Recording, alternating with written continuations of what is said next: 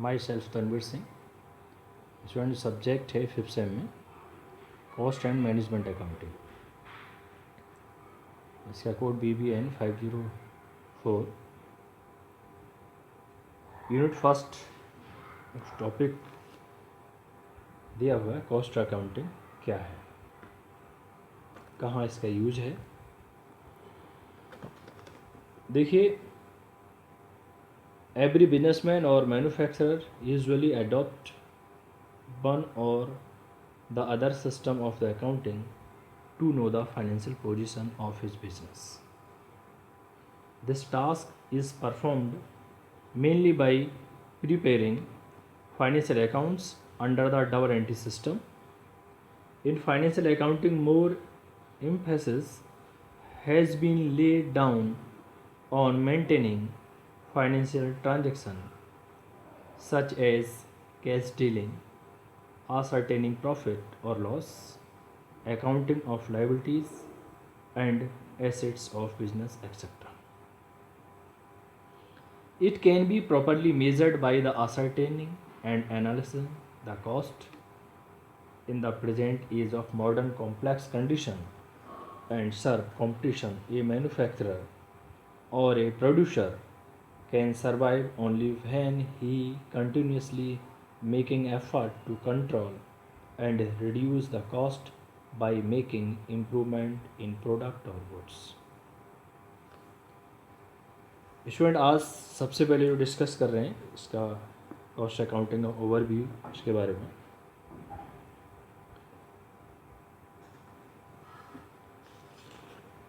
देखिए, cost accounting in India यानी कि भारत में लागत लेखांकन, कोई भी मैन्युफैक्चरर है या कोई भी प्रोड्यूसर है, वो जब किसी भी प्रोडक्ट की मैन्युफैक्चरिंग करता है तो ये जानना उसे ज़रूरी है कि इस प्रोडक्ट की कॉस्ट कितनी आ रही है, यानी उसकी लागत। उसके बाद ही उसका सेलिंग प्राइस डिसाइड करते हैं। देखिए, cost accounting in India Bharat के लागत लेखांकन जो उसको ओरिजिनल डेवलपमेंट किया गया 1944 से ये प्रारंभ हुआ, जब गारंटी द्वारा सीमित कंपनी के रूप में Indian institute of cost and workers accountants को इस्टेब्लिश किया गया। इसका जो हेड ऑफिस था कैलकाटा में था। स्टूडेंट अब इसकी मीनिंग के बारे में डिस्कस करेंगे। Meaning of cost accounting. The system of cost accounting is such a specific branch of general accounting in which accounts of various expenses made over a product or service are prepared in such a way as to obtain information and data for the guidance of management and to work out the total and per unit cost.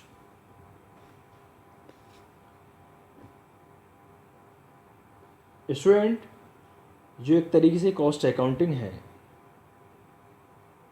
ये accounting की एक branch है। इसके अंतर्गत किसी भी वस्तु या सेवा की जो मैन्युफैक्चरिंग या सर्विसेज प्रोवाइड की जा रही है उससे संबंधित जो डिफरेंट एक्सपेंसेसों का लेखा जोखा किया जाता है, ताकि जो मैन्युफैक्चरिंग किए जाने वाली वस्तु एंड सर्विसेज कि हम प्रति यूनिट के हिसाब से उसकी कॉस्ट को फाइंड आउट कर सकें और उसको कंट्रोल कर सकें। In other words, cost accounting is such A system of accounting in which accounts of expenses are prepared with the objective of knowing and controlling the cost. यदि दूसरे उसमें कहें तो एक्सपेंसेस जितने भी हैं उनको एक तरीके से नियंत्रण करना, कंट्रोल करना। फिर नेक्स्ट डिस्कस करेंगे डेफिनेशन ऑफ कॉस्ट अकाउंटिंग। देखिए डेफिनेशन दी है ICMA London according to cost accounting is the technique and process of ascertaining cost.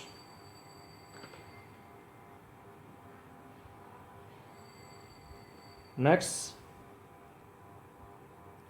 इसमें नेक्स्ट डेफिनेशन दी है Walter W. Bigg.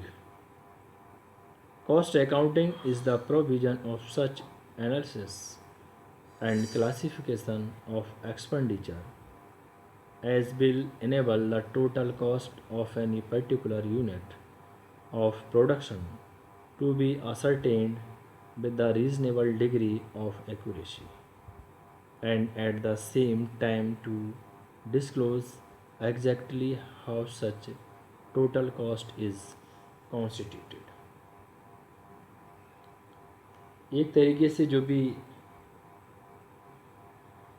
Cost accounting में जितने भी एक्सपेंसेस हैं उनका एक तरीके से विश्लेषण करना, क्लासिफिकेशन करना, जिससे सही तरीके से जो पर यूनिट कॉस्ट को फाइंड आउट कर सके। स्टूडेंट,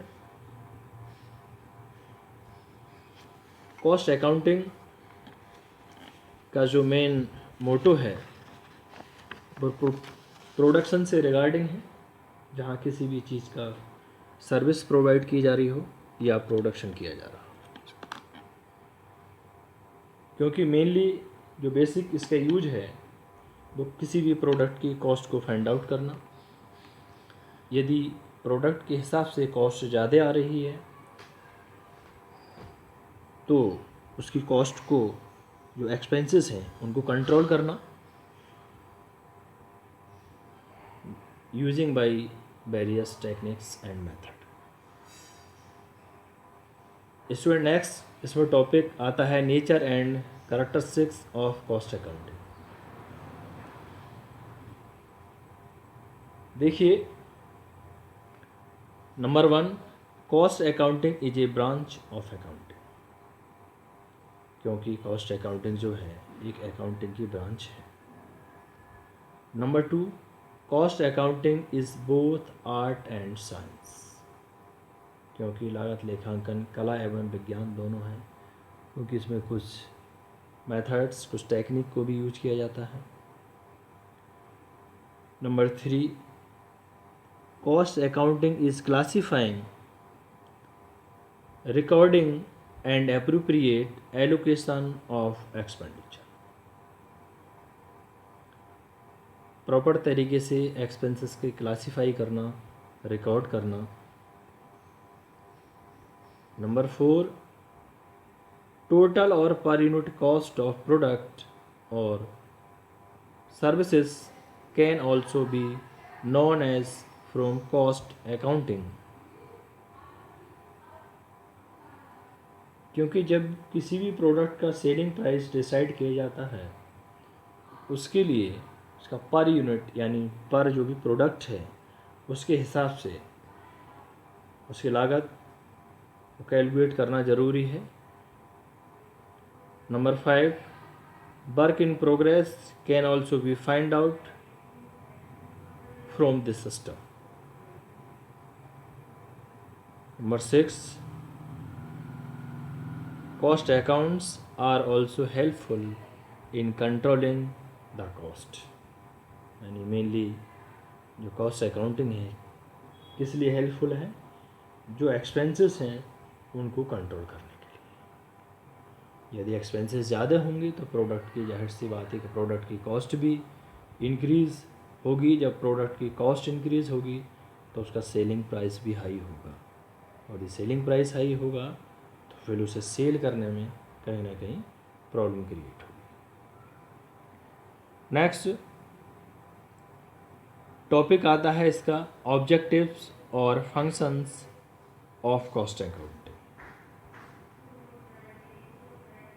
नंबर 1, कॉस्ट डिटर्मिनेशन, यानी लागत निर्धारण। Student, the main objective of cost accounting is to know the total and per unit cost of product, services, contract और processes। लागत लेखांकन का मुख्य उद्देश्य है, मेन ऑब्जेक्टिव, किसी भी संस्था द्वारा जो मैन्युफैक्चरिंग या प्रोड्यूस किया जा रहा है उसके गुड्स को एंड सर्विसेज को, जो भी उसके कार्य हैं उनकी पर यूनिट कॉस्ट को कैलकुलेट करना। नंबर 2 आता है कॉस्ट कंट्रोल। देखिए, the second objective of cost accounting is to control the cost so that the maximum and better production on minimum cost may be possible. To achieve this objective, the technique of budgetary and standard cost control is adopted. Number 3, cost reduction. Cost accounting system control the expenditure with the objective of cost reduction. यदि हम खर्चों को ही कम कर देंगे तो जाहिर सी बात है कि उसकी कॉस्ट ही यानी कम हो जाएगी। Next, guidance to management. The information provided by the cost accounts guide the management in the policy decision. यानी जो भी कॉस्ट अकाउंट्स है उनके इंफॉर्मेशन प्रोवाइड की जाती है जो मैनेजमेंट है उनके लिए, जिससे मैनेजमेंट कोई भी डिसीज़न आसानी से ले सके। और एग्जांपल के तौर पर सपोज़ किसी भी वस्तु का स्वयं निर्माण किया जाए या बाहर से हम किसी चीज़ को परचेज करें।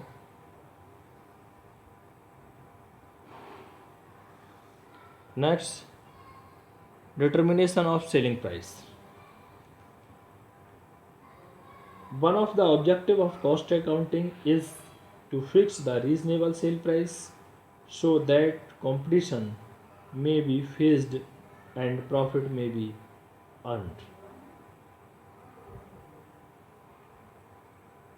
Last है compliance to statutory requirements. Under section 209 subsection 1 clause D of the Companies Act 1956, the general government has made it compulsory for 47 industries to maintain cost accounts. Thank you, student.